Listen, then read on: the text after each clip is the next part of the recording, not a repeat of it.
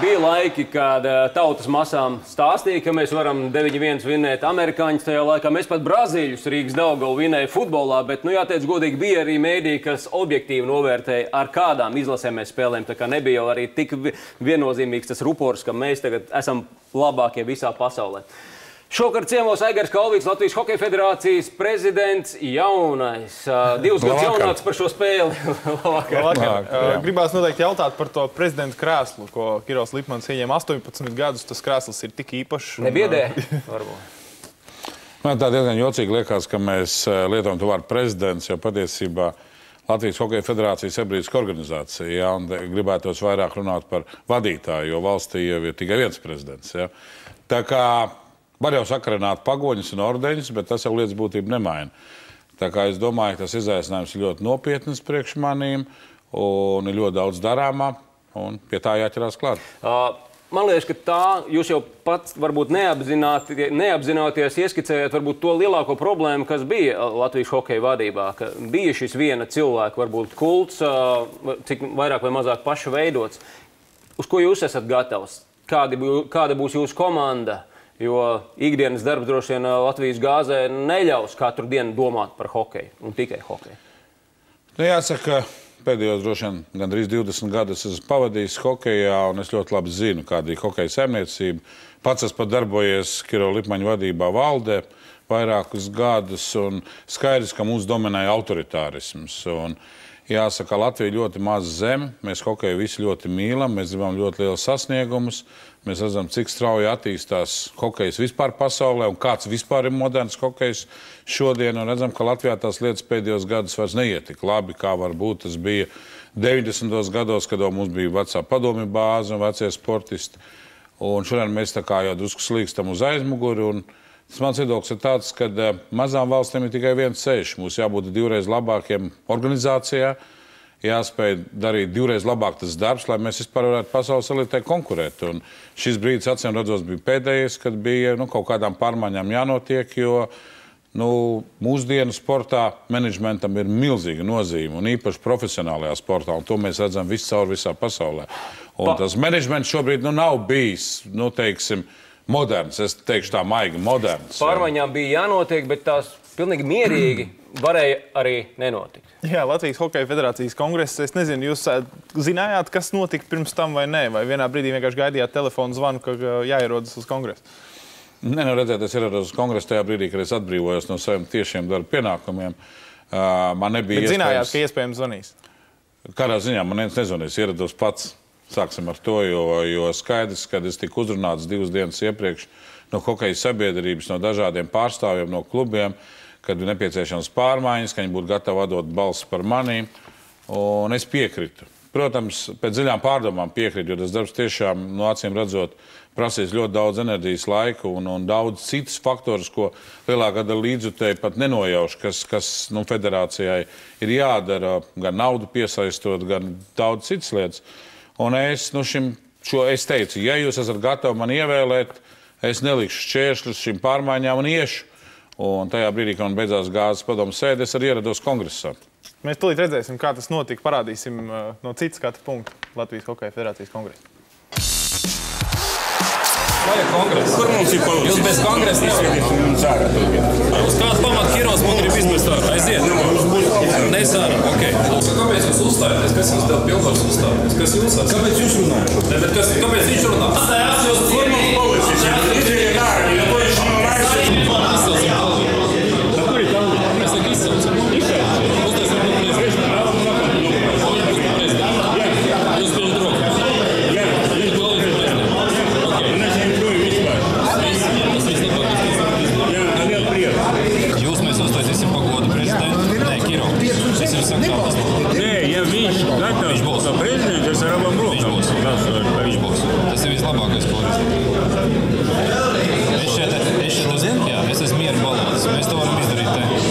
Kiros man paspied roku personīgi, jūs to redzējāt?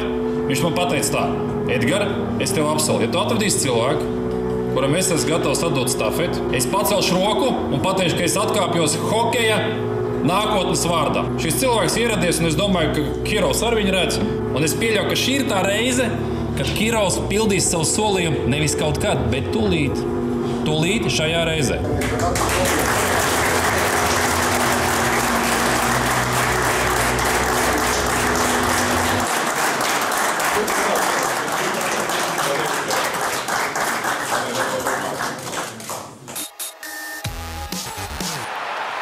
Ja ir slikti ar veselību, izsaucam medicīnisko palīdzību. Ja deg, tad izsaucam ugunsdzēsējus. Bet Latvijas hokejā nekārtības, tad izsaucam kalvīti. Tas sanāk, jūtaties kā glābēji šajā situācijā. Jāglāb hokejs. Nē, redziet, tas būtu pārspīlēt tā teikt. Ir, protams, slikti, ka hokeja sabiedrībā nevalda vienāda domāšana, kad klubi, es neteikšu klubi, dažādas organizācijas saplēsušās, un šis kongress, protams, nav labākā paraugstunda, kā vienai labai sabiedriskai organizācijai funkcionēt. Bet es domāju, tas viss jādara ir uz labu, un ir jāstrādā, ir jārada kopējas intereses, un tikai darbs arī atkal apvienos visus mūsu, un es domāju, mēs spēsim arī sasniegt tos rezultātus, un, teiksim, es nedomāju par tiem sportiskiem rezultātiem. Tas ir, protams, ļoti svarīgi, bet svarīgi ir tieši organizatoris, lai viss funkcionē, lai mehānisms ir ieļots un strādā. Par to, protams, kas ir Edgars Jansons? Cilvēks, kur gandrīz Kirovs bija gatavs ar policiju mest ārā no kongresa, cik ietekmīga persona, kur spēja to visu pats sev pa mieru. Viņš sev pa mieru balot. Jā. Jā. Redzēt, Edgars Jansonu es pazīstu kā vienu no amatieru hokeja līderiem. Ja? Tā kā viņš pats spēlē amatieru hokeju, viņam ir savs personiskais biznes. Teiksim, pirms šīs hokeja kongresa es neesmu bijis nekādās tuvākās attiecībās ar viņu. Bet katrā ziņā viņš ir entuziasma pilns, un es redzu, kā šobrīd mēs pārņemam, lietas no... Viņš arī valdes loceklis. Jā, no esošās hokeja federācijas, jo tur ir pietiekoši daudz grāmatvedības, pietiekoši daudz finansu jautājumu, audita jautājumu, viņš ar tiem šobrīd ļoti labi tiek galā. Tā kā es domāju, ka šī ziņā tā izvēle nav slikta, un ja cilvēks grib hokejam ziedot savu brīvo laiku, savu enerģiju, arī savus līdzekļus, tad plūs klubiņā. Jūs iestājāties arī tā jaunā devīze par caurspīdīgu rīcību, vai tas, kā jūs kļuvāt par prezidentu, jūs jau minējāt, tā nebija laikam tā labākā paraugstunda, kā rīkoties, bet savādāk nebija iespējams? Nē, redziet, ko mēs uzskatām par caurspīdīgam. Ja mēs domājam tā, ka tas būtu jādara tā kā... Vienkārši no malas izskaties, ka varbūt tas jau bija izspēlēts scenārijs, ka jūs tā rīkosieties. Redziet, ja ievēl kādas organizācijas vadītāji, tad katram biedram ir tiesības izvirzīt. Es tiku izvirzīts, un es šim izaicinājumam piekritu, un es tiku ievēlēts. Un tas ir pietiekoši caurspīdīgi. Tas, ka, lai vienmēr kādu izvirzītu un varētu process notikt, ir desmitiem tikšanos un sarunu kuluāros, un tas pats par sevi saprotams. Tā kā es nedomāju, ka šeit bija kaut kas necaurspīdīgs. Necaurspīdīgs būtu tad, ja, teiksim, Kirovs Lipmans, es nezinu, tiktu, nomests. Ja? Šī gadījumā viņi pat neviens neizvirzīja pret maniem. Nauda, finanses, Grindeks ir aizgājis, tagad Latvijas gāze nāk vietā, un visiem pārējiem sportveidiem jākož pirkstos, ka tagad lielākais kumos no Latvijas gāzes sponsorējumiem aizies hokejam. Es domāju, ka mums ir ļoti augsts pienākuma apziņa Latvijas gāzē, un mēs kā droši vien lielākais privātais sponsors sportam Latvijā saglabāsim tās prioritātes, kas mēs līdz šim ir bijušas, un tos sporta veidus, ko mēs esam atbalstījuši, mēs noteikti turpināsim atbalstīt. No tā, ka Latvijas Hokeja federāciju vadīšu es, tas nenozīmē to, ka mēs atņemsim naudu tenisam, bobslejam, no kurienes to naudu ņemt? Jāpelna vairāk. Vairāk jāpelna, lai tās naudas būtu vairāk. Grindeks nauda ir zuduši Latvijas hokejam? Man bija sarunas ar Kirovu Lipmanu šodien par to, ka viņš tā kā hokeja cilvēks, kas mīl hokeju un tik daudz gadu ziedojas, man bija priekšlikums viņam varbūt izveidot vienu virslīgas hokeja komandu, ko Grindeks varētu uzturēt. Un tas būtu ļoti labi un cēli no viņa puses, ja viņš šo realizētu. Un viņš teica, ka viņš to apdomās, ka viņu tas principā interesē, un mēs kļūtu par vienu hokeja komandu bagātāk, kur jauniem puišiem spēlēt. Tā kā, ja Kirovs tiešām to izdarīs, cepur nost viņu priekšam. Hāli arī prasiet, lai uzbūvē. Redziet, hālis mums ir, es domāju, pa hālē vienmēr jādomā, cik tas ekonomiski pamatot, jo tomēr tie banka kredīti, kas jāatgriež ir, un tā nav ziedojuma nauda vai labdarības nauda. Tā kā, protams, mēs par katru hāli Latvijā priecāsimies, ka uzbūvēs jaunu, jo zinām, ka šobrīd divas jau gatavojās un būvē, gan Mārupē, gan Kurbats savu hāli būvē. Tā kā tas ir apsveicami, bet šī brīdī, protams, lai būtu puišiem, kur spēlēt, lai būtu spēcīgi klubi Latvijā, viens no galvenajiem akcentiem, lai Latvijas hokejā būtu konkurence. Un tāpēc katrs jauns klubs ir pat varbūt svarīgāks nekā viena lieka stunda ledus. Šobrīd mēs mazā reklāmas pauzē, pēc tam atgriezīsimies ar galveno droši vien, kas interesē līdzjutējs. Proti runāsim par Latvijas hokeja izlasi un par to, kāda būs jaunā politika, varbūt Latvijas izlases treneru kontekstā.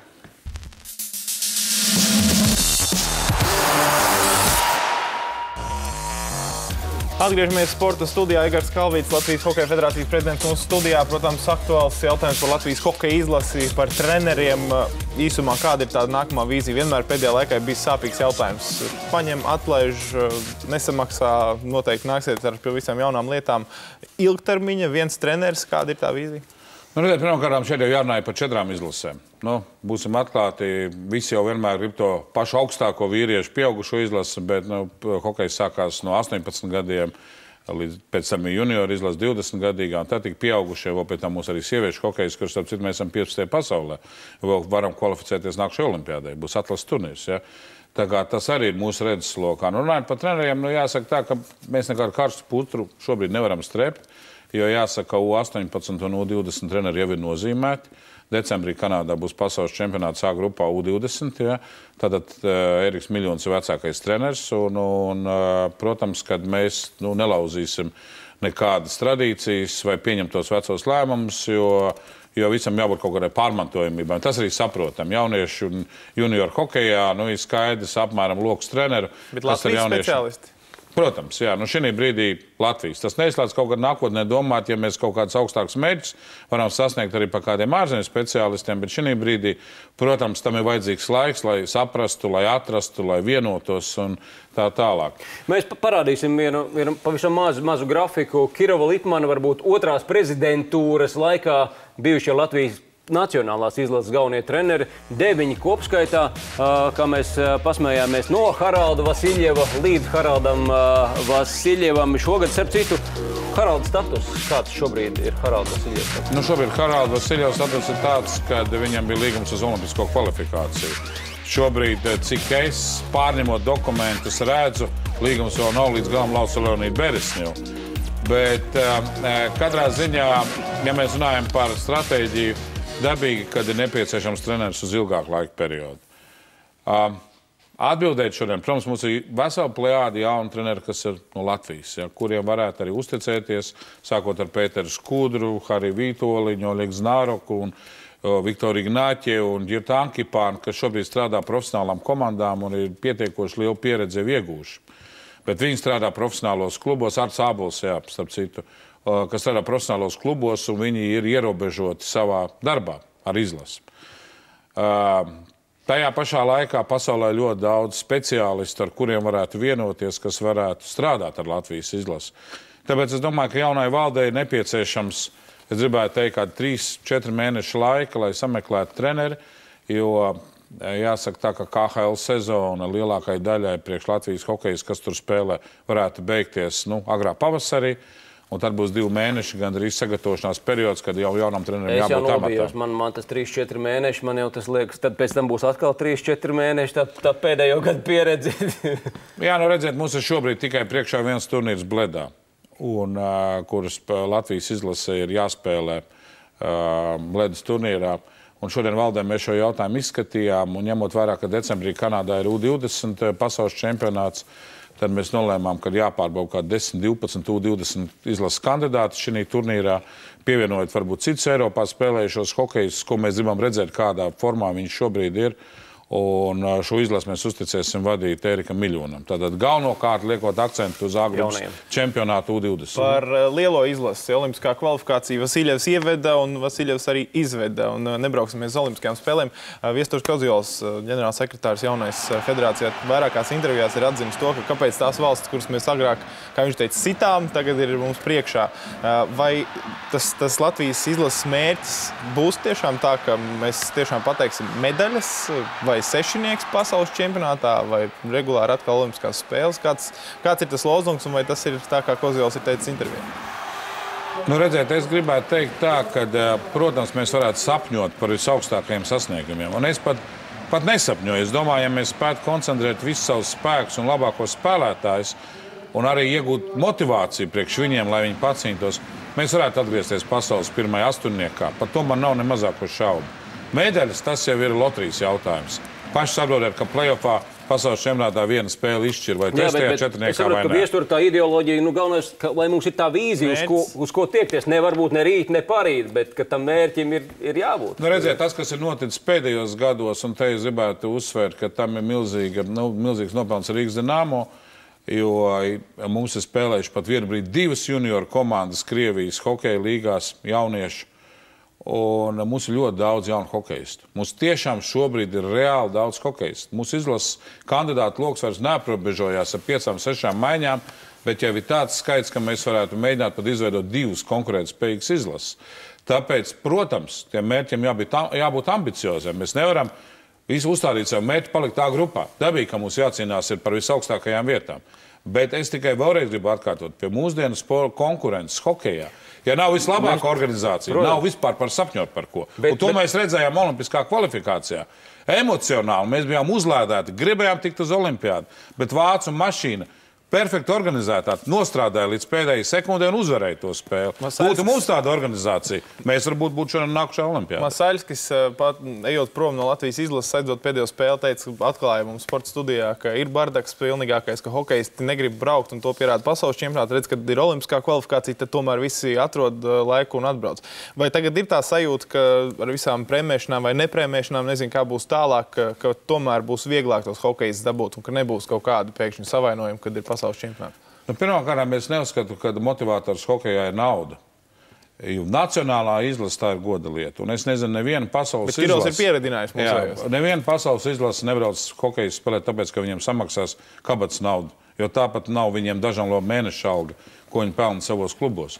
Cilvēki brauc apliecināt sev, parādīt tautai, ka viņi ir par šo zemi, viņi šeit dzimuši un izauguši. Un es gribētu teikt, ka vismaz es, kā federācijas pašreizējais vadītājs, uzskatu, ja tavu motivācija ir nauda, paldies, tavu pakalpojumu mums nav vajadzīgi. Mums vajadzīgi cilvēki, kas ir pa īstam motivēti uzvarēt un Latvijas vārdu nest pasaulē. Un tas ir ar lielo burtu rakstāms. Tas nav vienkārši lozungs. Ja? Gribās tev nopelnīt naudu. Ir tik daudz pasaulē līgas, hokeja līgas, ej pelni, pierādi un tā tālāk. Bet, ja tas atbrauc uz Latvijas izlasi, tad to 1 nedēļu vai 2 vai 3, kas tev kopā ar saviem bērnības draugiem ir jāpavada uz ledus, atdod viņus. Lai taviem vecākiem un taviem draugiem ir ar ko lepoties. Nevis jāklausās nepārtraukti, man nesamaksāja 3000, man 2 vispār atvainojiet pēc atsevišķām spēlēm un jāatļaujās kaut kāds brīvāks solis, jo nav nekāda atbildība. Tas nav pieņemami. Es vienkārši, ko gribētu redzēt ģērbtuvē pirms spēles pie hokejistiem. Galvenais, ka Latvijas sportā viens precedents ir, kas ir nostrādājis pa visiem 100%. Tas ir Latvijas basketbola izlases. Es nezinu, cik tur nebija tik daudz varbūt runa par naudu, bet tomēr par attieksmi. Kas ir mūsu izlase, un mēs redzam, ar kādu cieņu mēs šobrīd izturamies pret Latvijas basketbola izlasi, lai gan bija periods, kurā mūsie nevarēja varbūt ilgā laika posmā nevienu pat uzvaru izcīnīt, bet līdzjutēji respekts ir atgriezies. Paldies, Aigar, ka atnācāt. Šī bija tāda jauka saruna. Es domāju, paies kāds tās 100 dienas reiņi pieminētās. Tad mēs varbūt urpsim tā dziļāk un varbūt arī jautāsim. Es domāju, ļaujiet pastrādāt pāris sezonas, jo sportā 100 dienās nekas nebeidzās un nekas nesākās. Paldies. Jā, paldies, ka atnācāt.